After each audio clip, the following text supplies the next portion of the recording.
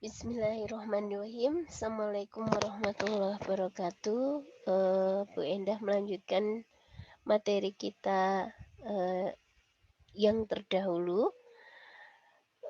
Materi sebelumnya kita belajar tentang apa itu requirement analysis 1 gitu ya.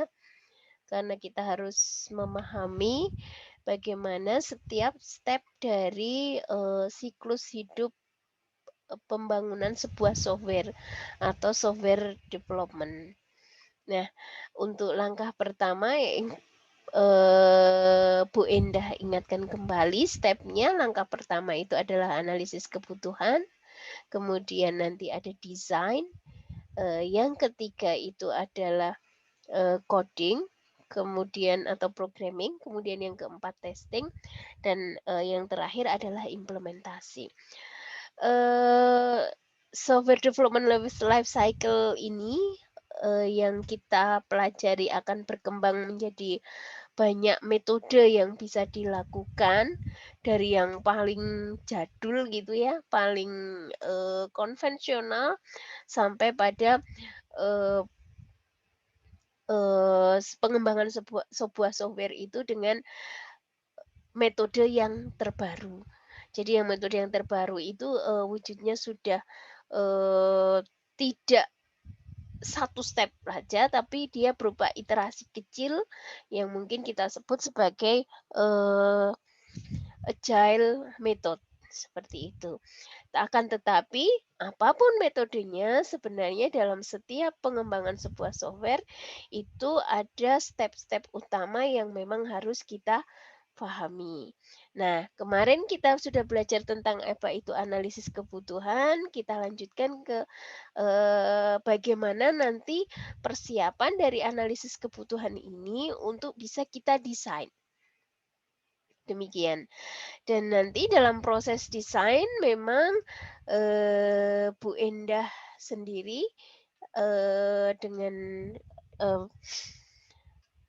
akan menggunakan UML atau Unified Modeling Language.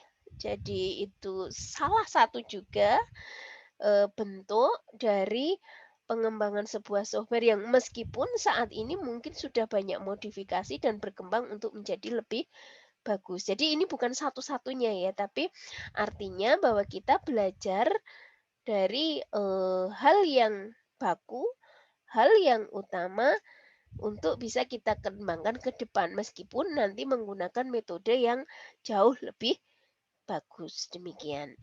Jadi kalau kemarin kita bicara tentang analisis dalam analisis kebutuhan, itu ada dokumen definisi kebutuhan itu adalah tujuan umum, latar belakang, tujuan sistem, deskripsi pendekatan. Itu sebenarnya sudah kemarin ada di tugas materi sebelumnya. Jadi Bu Endah minta bahwa kalian harus punya satu judul, satu topik software yang akan coba kita desain untuk kita kembangkan. Nah, itu di antaranya kalian harus bisa mendeskripsikan singkat apa itu tujuannya, dan kemudian juga kemarin diminta untuk bagaimana mendeskripsikan atau bukan memberikan mana yang dikatakan sebagai kebutuhan fungsional maupun kebutuhan non fungsional. Nah, kebutuhan fungsional itu adalah di sini adalah karakteristik rinci dari sistem yang diusulkan. Kemudian ada deskripsi lingkungan operasi itu yang merupakan kebutuhan non fungsional. Nah, dari proses nanti kita mau mengembangkan sebuah software, tentu saja kita harus paham betul apa yang tentang data dan fungsionalitasnya, karena kita memang konteks kita adalah pada software-nya. Makanya di sini nanti ketika kita akan mendesain dengan menggunakan UML, maka kita harus tahu detailnya dari data dan fungsionalitasnya. Berarti kita memang beranjak melangkahnya berasal dari kebutuhan fungsional. Nah, di sini karena nanti Bu kita akan mengembangkan dengan mendesain menggunakan UML, sekali lagi ini bukan satu-satunya ya, karena nanti mungkin di ending dari mata kuliah ini kita juga akan belajar, apa sih penelitian terkini gitu ya, terkait dengan pengembangan sebuah software atau software engineering itu sendiri. Yang tentu saja berarti kita harus harus menyesuaikan dengan penelitian yang terbaru. Tapi, kita belajar UML itu adalah untuk bagaimana kita bisa memahami, alur data dan fungsionalitas dari bagaimana kita mengembangkan sebuah software. Nah, untuk melangkah ke sana memang kita prioritas pada kebutuhan fungsional. Baik, kalau kemarin kita belajar kebutuhan fungsional, kita harus tahu apa itu inputnya, apa itu harus tahu outputnya, bagaimana prosesnya atau pengolahannya, dan kemudian ada, bagaimana nanti error handlingnya. Jadi nanti kebutuhan fungsionalitas itu harus mencakup ini semua. Nah, bagaimana kita mengembangkan ini gitu ya. Karena kemarin di tugas yang kemarin baru kita Bu Endah minta untuk menyebutkan kalian bahwa di kebutuhan fungsionalitasnya itu siapakah yang akan menggunakan software ini. User kah, admin kah, pasien kah, dokter kah, misalnya seperti itu. Jadi itu memang harus dirinci satu persatu. Kenapa? Karena UML nanti kita modelingnya berdasarkan pada aktornya, berdasarkan pada aktornya. Siapa yang akan berinteraksi seperti itu. Nah, dari sini kita akan belajar ini. Bu Enda akan memberikan contoh sederhana gitu ya dari apa yang kemarin sudah kita lakukan, menentukan sebuah judul, mendeskripsikan singkat, kemudian membuat requirement analysis awal, yaitu yang non fungsional maupun yang fungsional. Yang non fungsional, Bu Enda tidak akan bahas ini ya, ini hanya contoh sederhana saja. Tapi Bu Enda akan, mencoba menjelaskan bagaimana tentang fungsional requirement-nya atau kebutuhan, fungsionalnya. Jadi contohkan di sini bahwa fungsional requirement atau kebutuhan fungsional dari ini ya, ini software ini namanya sistem operasi portal berita olahraga, misalnya seperti itu. Nah, fungsional requirement-nya apa? Oh, dia akan berinteraksi dengan 2 aktor. Aktor itu siapa? Admin dan user. Kemudian nanti, software ini, aplikasi ini, kira si admin itu akan bisa berinteraksi seperti apa dan user itu akan berinteraksi seperti apa. Nah, kalau admin dan user ini memiliki satu fungsi, satu interaksi yang sama, mungkin kita tidak perlu membedakan antara admin dengan usernya. Akan tetapi karena dia memiliki fungsional yang berbeda, maka kita harus berikan di sini. Oh, si admin itu bisa mengentri berita, melihat berita, mengedit, menghapus, menambah. Tapi kalau user, dia hanya bisa melihat, mengomentari, misalnya berlangganan, atau searching berita. Nah, itu kan memang kita harus harus tahu fungsionalnya seperti itu. Caranya bagaimana kita tahu? Lah kemarin sudah dijelaskan bahwa caranya untuk elisitasi analisis kebutuhan ini banyak cara. Misalnya dengan wawancara, dengan forum group discussion, dengan customer, atau dengan observasi, pengamatan, dan sebagainya. Dan ini kita bisa simpulkan itu menjadi sebuah fungsional requirement atau kebutuhan fungsionalnya.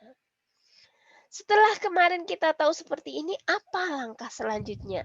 Agar nanti kita bisa jadikan itu menggunakan, kita desain itu menggunakan langkah UML.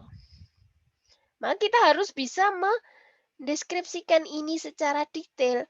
Dengan apa? Ya tadi, dengan kita harus tahu bahwa mengentri berita itu inputnya apa, outputnya apa, prosesnya apa, dan adakah error handling atau pengendalian kesalahannya.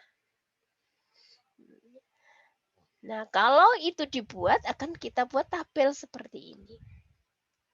Nah, jadi nanti memang tugas selanjutnya dari yang kita lakukan adalah bagaimana mengekstraksi atau mendetailkan dari, kebutuhan fungsional yang sudah kemarin kita susun, seperti itu.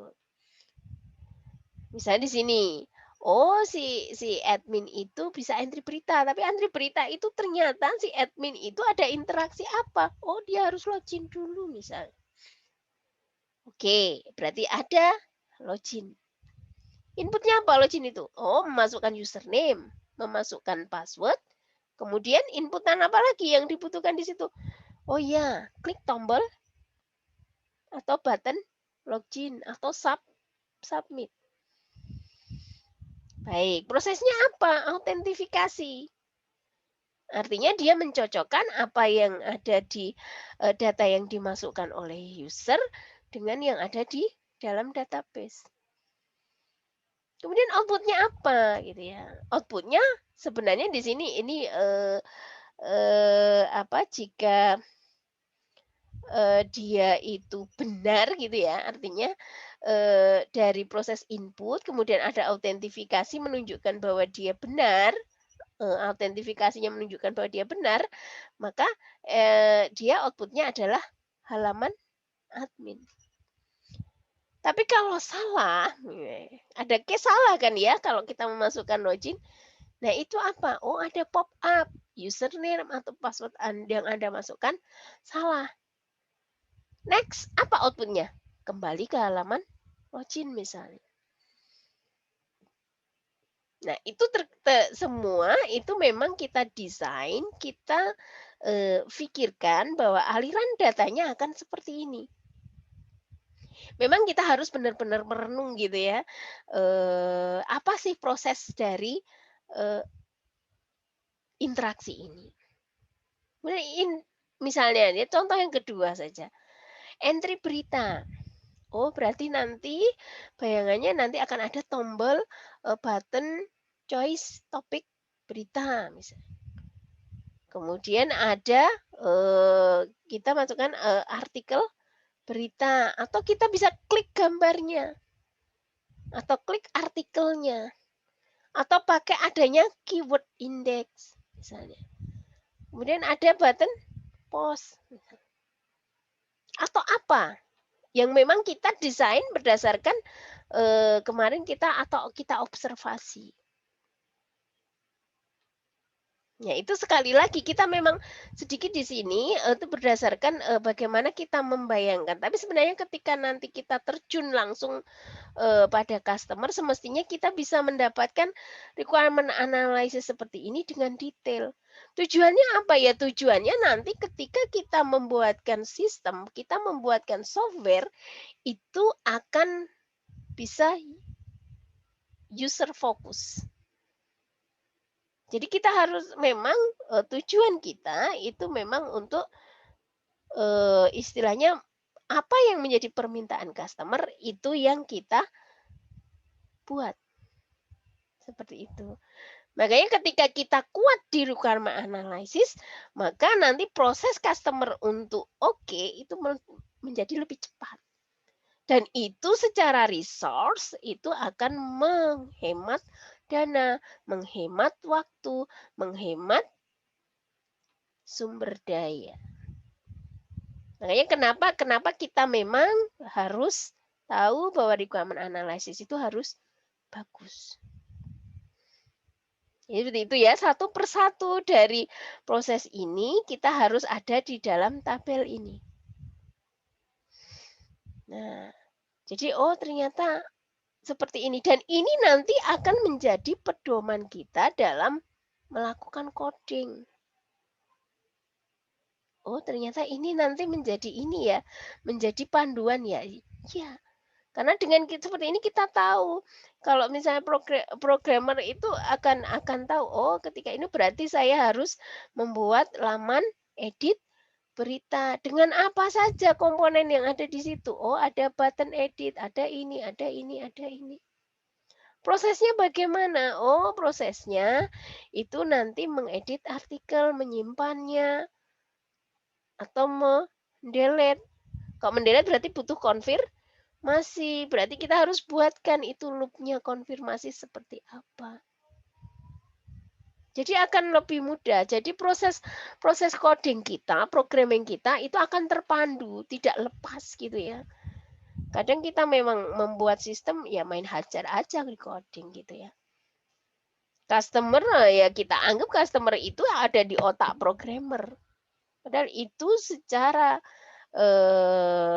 kalau kita mau membuatkan sistem, saya sangat yakin ketika kita hanya mengandalkan pada apa yang ada di apa ya, persepsi programmer, nanti belum tentu dia itu sesuai apa yang customer inginkan. Nah, makanya ketika analisis kebutuhan kita kuat, maka nanti proses coding-nya pun agak akan mudah. Dan itu jelas akan menghemat dari resource, dana, waktu bagi si software developer. Jadi tolong untuk kali ini nanti kita harus bisa mengekstraksi dari yang kemarin functional requirement itu kita buat menjadi seperti ini. Tabelnya boleh dijadikan satu ataupun boleh disendirikan berdasarkan aktornya. Kenapa kok kita pakai aktornya disendirikan? Karena kita nanti, apa ya, merujuknya, gitu ya, merujuknya karena kita mau belajar menggunakan sistemnya UML, modelingnya UML. Jadi itu berdasarkan pada aktornya. Jadi nanti setelah ini step selanjutnya adalah kita desain.